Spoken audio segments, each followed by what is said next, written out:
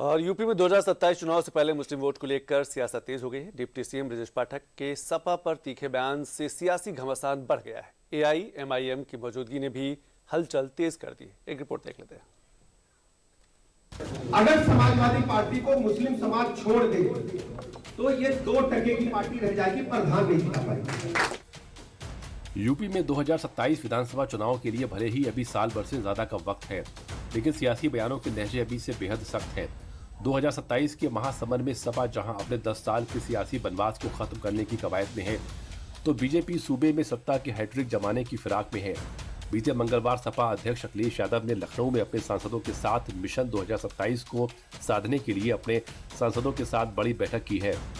इस बीच यूपी के deputy CM Brajesh Pathak ने सपा के कोर वोटर्स का जिक्र कर सपा की जो घेराबंदी करने की कोशिश की है, उससे यूपी की सियासी सरगर्मियां बढ़ गई हैं।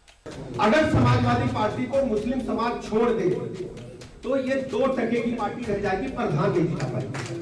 और मुसलमानों को केवल डरा करके वोट दे रहे कि तुम्हें ये डिस्टर्ब कर देंगे, हम वोट दे देंगे। यूपी के बागपत से डिप्टी सीएम ब्रजेश पाठक का यह बयान ऐसे वक्त आया है जब सत्ता के गलियारों में बस एक ही सवाल गूंज रहा है कि बिहार और महाराष्ट्र के बाद यूपी में किसका होगा वोटे मुसलमान, किसके हाथ होगी सत्ता की कमान। यूपी में बयानों की बयार बस इसी सवाल के इर्द गिर्द घूम रही है। बीजेपी के इस तीखे प्रहार के बाद सपा नेताओं ने बीजेपी के आरोपों और दावों पर जमकर हमला बोला है। विभाग में कोई सुनवाई है नहीं, तो उल्टे सीधे जो बयान दे रहे हैं तो लगता है कि उनका इलाज की जरूरत है उनको।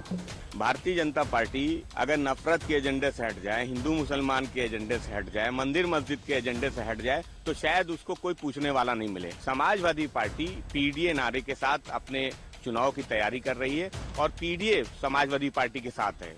मुसलमान, पिछड़ा, दलित और अब तो ब्राह्मण भी साथ है। दरअसल 2027 को लेकर यूपी में मुसलमान वोट को लेकर सियासत काफी दिनों से गरमाई हुई है और इसका कारण बीजेपी नहीं बल्कि असदुद्दीन ओवैसी की पार्टी एआईएमआईएम है, जो पिछले कई चुनावों में सपा के लिए खतरा साबित होती नजर आ रही है। ताजा मामला महाराष्ट्र निकाय चुनाव का है, जहां एआईएमआईएम ने सपा के गले में सेंध लगाते हुए बीएमसी चुनाव में 8 और पूरे महाराष्ट्र में 125 सीटें जीती हैं।